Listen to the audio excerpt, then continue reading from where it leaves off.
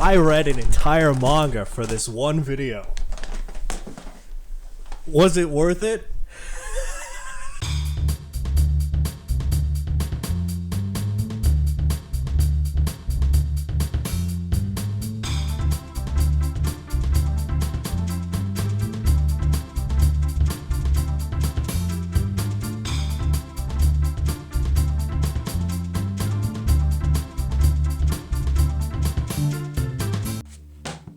Was reading Spriggan entirely necessary? No. But I wanted to fully cement myself in the role of a Spriggan fan. Spriggan ran from 1989 through 1996, was popular enough to get an animated movie adaptation in 1998, and of course the video game Spriggan Lunar Verse, developed by Fromsoftware in the following year. This title stands out as one of the few licensed projects among the sea of original IPs Fromsoft constantly experimenting with, but that doesn't make Lunar Verse any less unique from its contemporaries. The story of Spriggan has all of the world's governments in a pseudo-Cold War, all vying for supremacy through ancient artifacts capable of magnificent and terrifying feats unfit for their time period, such as the incredibly strong metal orichalcum that surpasses even modern technology, and even objects with psychic or spiritual capabilities, like controlling volcanic eruptions. These are referred to as OPARTs, out-of-place artifacts. Trident is the most aggressive private corporation that hunts for these relics, committing atrocities, gunning down archaeology sites, and enacting questionable research to hold power over the rest of the world. This is where Arkham steps in, an organization that uncovers and protects OPARTs from falling into the wrong hands, employing special covert operatives to facilitate this goal, called the Spriggan.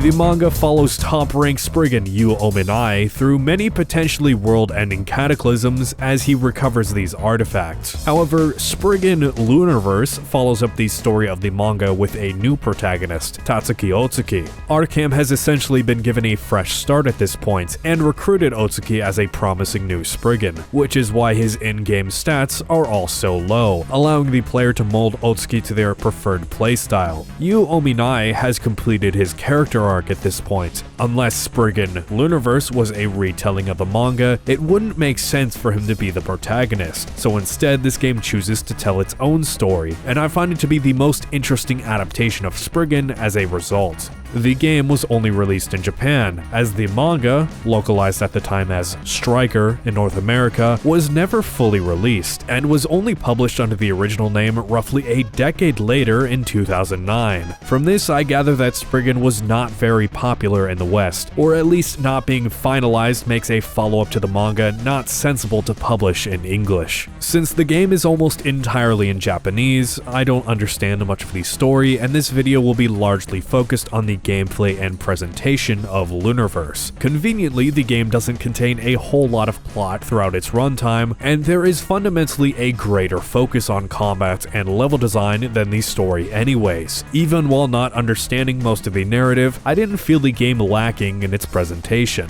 The combat of Spriggan starts off a bit awkward. Getting used to Tatsuki's moveset and the rigidity of his punches is a bit difficult immediately springing into the first mission with two aggressive enemies, but the game does offer a tutorial before this covering all of the mechanics in combat, platforming, shooting, and environmental puzzle solving. Guns are in this game, but shooting doesn't have any sort of aiming system. The bullets will land dependent on where Tatsuki is facing, alongside the vertical angle of your camera, somewhat akin to first-person aiming in Gen 1 AC titles, complete with a soft lock-on system but absent of distinct visual feedback indicating that your gun is locked onto the target. Despite this, shooting is relatively easy and is mostly used to cheese fights or avoid damage. Ammo is limited to compensate this. The real meat of combat lies in the melee system, with both a knife and bare fists as viable options. Each have their own unique moveset and combos. For fists, there is a 2 light jabs to heavy finisher combo, a ground slam after jumping, and a soul heavy strike with the longest windup that is usually countered before it lands, but deals the most damage in turn. Depending on how close enemies are, this soul heavy transforms into a kick with less windup, faster faster speed and lower damage. There is also an AoE special move that consumes health to push enemies away from Tatsuki. The most overpowered move, however, is charging headfirst at the enemy and performing a heavy attack, initiating a lunge forward with almost no recovery time, allowing these to be chained together with more charges or heavy kicks to stun lock an enemy if performed correctly. The knife mostly augments these attacks, leading Tatsuki to drive with the blade instead of his fists, changing the animations but remaining practically the same move in principle. The knife can deal more damage to certain enemies, or in the case of its charge attack, have even less recovery frames, leading it to be one of the strongest early game moves.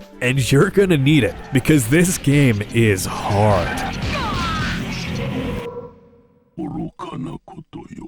Especially starting out with very little defense or health, when most enemies use guns to chip away at you. The first 4 missions are gauntlets of maintaining just enough health with the few rations the game throws at you until you unlock the AM suits that augment your moveset and strength dramatically. The power suit is closest to Tatsuki's original moveset, which increases in force and range as it levels up. The speed suit obviously makes Tatsuki faster and jump higher, but also makes some of his attacks more unwieldy, with the added distance and speed onto lunge moves, potentially causing you to miss the enemy entirely. The defense suit grants better survivability, but butchers your movement speed and melee reach, only making you a more vulnerable target, unable to hit enemies as a result. Being able to kill the enemy as fast as possible prevents them from dealing damage in the first place, so I went primarily with the power suit. Even so, I struggled to defeat many bosses, and the few times I unequipped the suit, I felt I barely did any damage to enemies at all. You'll probably suffer not speccing into power. Combat is largely about timing and positioning. If you throw a bad punch too close to the enemy, you'll get severely punished, and that makes the learning curve of Spriggan a bit harsh in the early stages. Once you get the hang of it though, it becomes incredibly fun to fly around rooms and toss dudes around. The base movement of Spriggan is very freeing in comparison to Fromsoftware's Kingsfield or even Armored Core, as neither slow movement nor slow camera turning obstruct your control. The player is capable of moving in all directions at any moment independent of the camera. Since the game was in development after the DualShock controller released, full analog movement is possible and allows the combat to truly shine. The player can now easily dash diagonally or go in to attack at an awkward angle that wouldn't be so smooth with only a D-pad. The player can snap the camera to any directions or attack independently of it, again thanks to the ease of analog movement. Turning still does have a function though. Normally, melee strikes don't allow Tatsuki to change trajectory at all, movement doesn't influence the animation arc, and only properly positioning beforehand is what determines if the strike will land. With the camera turning function, however, the player is able to rotate Tatsuki mid-swing very slightly, which adds so much more depth to combat and allows many more angles of attack to be possible with only a slight bit of angle adjusting. The early game is basically getting used to the perceived stiffness of Spriggan Lunar Verse and then completely circumventing that with momentum and the camera turning feature. So even though guns do exist and are practically the easy mode option for certain fights, punching dudes is so fun that I barely ever used them. And given the evolution of Tatsuki's AM suits, melee movesets develop alongside the player, gaining more skill, allowing them to pull off tighter combos and leading the playstyle to never get stale.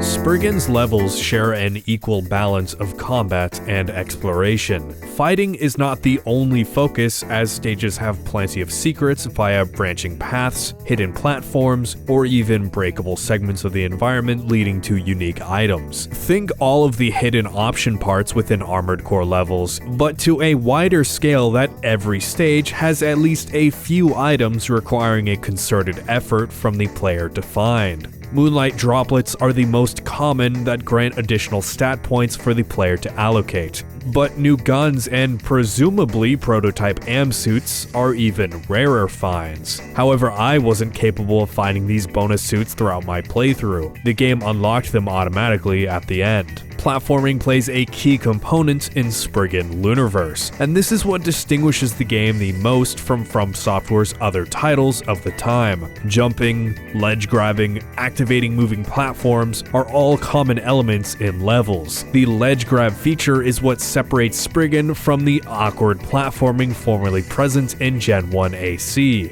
making jumping across floating blocks or precarious poles a generally smooth endeavor without Tatsuki sliding off the corners of geometry that armored cores tended to fall victim to. Kingsfield had a semblance of platforming as well, which just boiled down to running off of a cliff high enough to drop onto a lower level. Spriggan, however, blends those mechanics from previous From titles, refines them so Tatsuki doesn't generally slide off geometry, while adding ledge grabbing for extra margin of error. This all shifts the experience and responsibility for landing jumps largely into the player's hands, rather than being at the whims of buggy collision or jank. Playing as a human with a smaller footprint definitely aids in precision platforming while also making the levels denser for more nuanced exploration. The fluid movement system also works to make combat feel good. Getting around is smooth, especially with the analog stick support, and this carries over into melee combat with the wide range of motion allowing for much greater movement tech and skill expression. This game, starting out at the foot of a steep difficulty curve in that regard, is very much to its favor. Sure, it's frustrating having to potentially replay 10+ minutes of a mission or die frame 1 of a boss fight after a 2-minute monologue.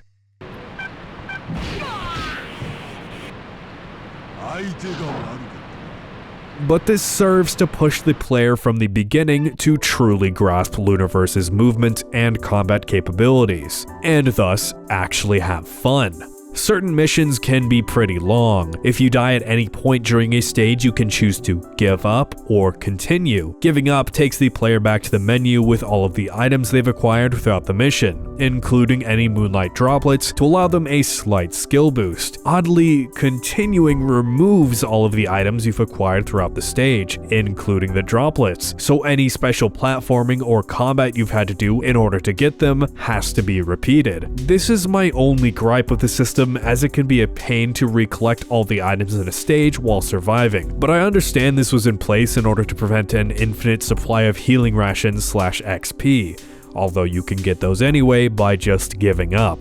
Checkpoints do exist whenever areas transition, and this is a godsend for many bosses placed at the end of missions, all of which are experts at tearing Tatsuki apart limb from limb, namely the Tatsuki Terminator, Godskin Duo but worse, Woman, the Tatsuki Organ Tosser, Woman 2 featuring Tatsuki's Tormentor, and Woman 3 featuring double teaming Tatsuki.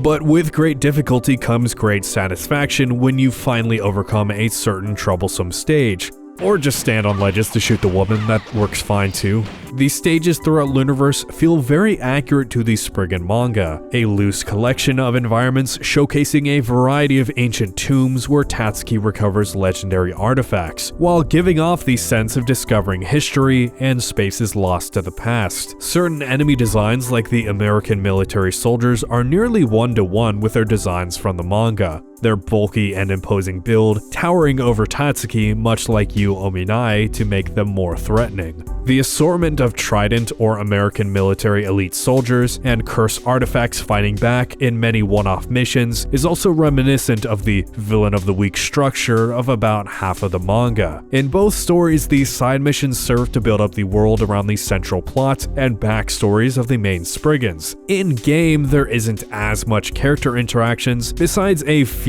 between Tatsuki and Ominai, where it seems Ominai is subtly guiding Tatsuki down his path, but allowing him to make his own mistakes and learn from them. Jean Jacquemonde also features as a supporting character twice in Lunar Verse. He's a very standoffish character, even shooting Tatsuki during an early mission. Jean is one of the most featured Spriggans throughout the manga. However, almost none of that is present within the game. He just comes off as a subtly evil guy.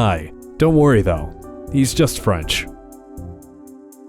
Completing the campaign actually unlocks Yu Ominai as a playable character, dropping the AM suits and instead opting for raw speed and power befitting of an S-class Spriggan. This is Ominai post-manga, so he's achieved his full potential, and thus his stats are already nearly maxed out. This turns the stages into a time attack instead of aiming for exploration, as the moonlight droplets no longer exist, and Ominai has enhanced mobility, including jump height, allowing certain platforming segments to be skipped entirely, and opening up a few alternative paths that only Ominai could access throughout these stages. The player does have to replay every mission from the beginning as John Spriggan instead of having a stage select, but this puts into perspective how much better and stronger they've gotten since the start. I remember getting flattened multiple times by the very first enemy encounters as Tatsuki, only for them to be dispatched in seconds as Ominai, not just due to his increased stats, but also from my greater knowledge and experience with the game.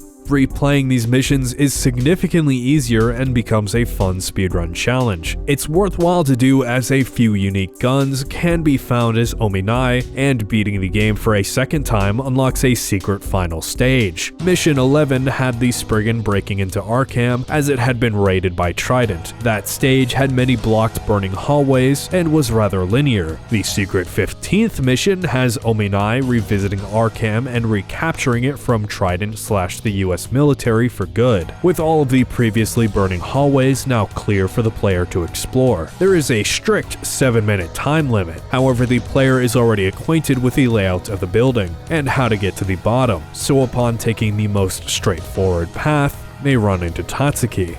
A classic current protagonist fights former protagonist, except it's the former protag of Spriggan fighting the new one from the game. Well anyways, fighting Tatsuki is a pretty tense moment under a time limit. Dying results in a complete fail state regardless of the elevator checkpoint right before the fight. Tatsuki also whips out some Kingsfield button combo magic projectile bullshit that really makes me wonder if I missed a crucial game mechanic somewhere in the Japanese manual. But maybe not. It doesn't seem like the player can actually do this. Defeating the former new protagonist results in a fail state. It did feel a little strange how straightforward this mission was, and fighting Tatsuki felt like the wrong path. But this is the first instance in the whole game of alternative routes and missions or bad choices leading to a failure. It feels a little blindsiding, but there's hints of a deeper path through this facility with the keycard dropped by an enemy at the midpoint right before committing to the bottom path. If the player decides to double back to the elevators, they'll discover they can take new ones previously inaccessible. Quite a few elevators into completely irrelevant sections of the building that make this segment pretty challenging with the very narrow time limit. It would have been nice for more of Arkham to be open during Mission 11 to compensate for the multiple new floors that Ominai can traverse. The player has never encountered the terminal they need to use the keycard on previously, so they won't technically know it exists until failing the mission at least a few times. Upon a successful run, however, the vault at the bottom of Arkham will be open, leading into a chamber with the coveted Moonlight Sword. Yu approaches.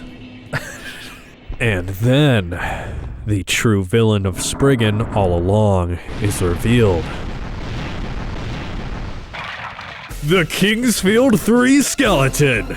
Get ready, cause this skeleton is stronger than Ominai at peak physical strength, not a fiber of muscle. Pure 100% calcium that utterly floors the top-ranking Spriggan in seconds. Makes you wonder how strong Ruse is in Shadow Tower if he can take infinite swings from these guys without getting knocked on his back. Time limit is still active too, so if you only just barely made it to the vault, you'll still have to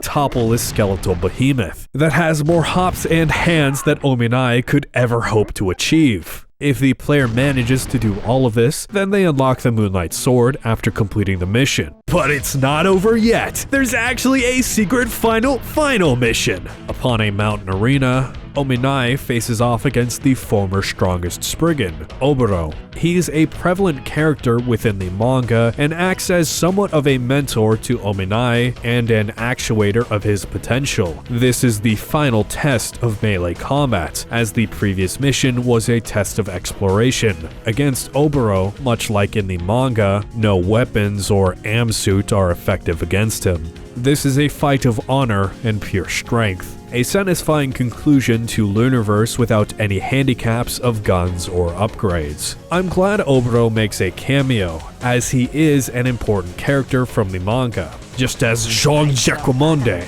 Spriggan Lunar Verse was dedicated to telling its own story, however, so it doesn't lean on these characters very much, and that's perfectly reasonable. At least Ominai makes an appearance as a playable character, and ends up being the most fun part of the game. After this final mission, the game is fully complete and unlocks every tier of amsuit for Tatsuki to play around with, presumably all weapons as well, and even the prototype amsuits mentioned previously. Spriggan was an interesting work to get into. Originally, I read the manga hoping to gather a lot of context for the game and do some sort of large, overarching, way too long review of Spriggan and all of its adaptations. That didn't exactly pan out because the game is rather removed from the manga, and well, the other adaptations are something. The standalone movie from 1998 contains some pretty spectacular animation quality, while the source material leaves the writers with not much to work with, and it ends up feeling pretty underwhelming in its story. The villain of the week structure of about half the manga just ends up making half of the story feel insubstantial. You Ominai and Jean Jacquemonde do get character arcs that are pretty interesting. When things actually happen in Spriggan, the story is gripping. However, for about half of its runtime, nothing really happens. Unfortunately, this is the position that the movie and Netflix adaptation are stuck in, only being a representation of Spriggan at its structurally weakest, and the Netflix adaptation is about as good as you would expect. A jarring quality drop from the animation 24 years prior that you can actually compare because episode 2 covers the same arc as the movie. Congratulations! One good thing that came out of all of this research is that I can say with certainty that Spriggan Lunar Verse is actually the best adaptation of this franchise outside of its original form, and maybe the best way for someone new to experience Spriggan. The game does not need to substantiate its missions with a strong story, as the gameplay does all of the talking, and its relatively short runtime makes the game a very succinct experience that doesn't overstay its welcome, even adding the runtime of a full replay as Ominai. People unfamiliar with Spriggan could still get enjoyment out of Lunar Verse. It's a very unique title on the PS1 given technical limitations don't obstruct the combat or movement in any significant way. I give Lunar Verse bonus points as an adaptation that doesn't just retell the story of Spriggan, instead branching out into its own narrative that actually adds something on top of the manga. The real reason that Lunar Verse is the best adaptation of Spriggan, however, is that the skeleton is back, baby! You can play the entire game for a third time as a skeleton.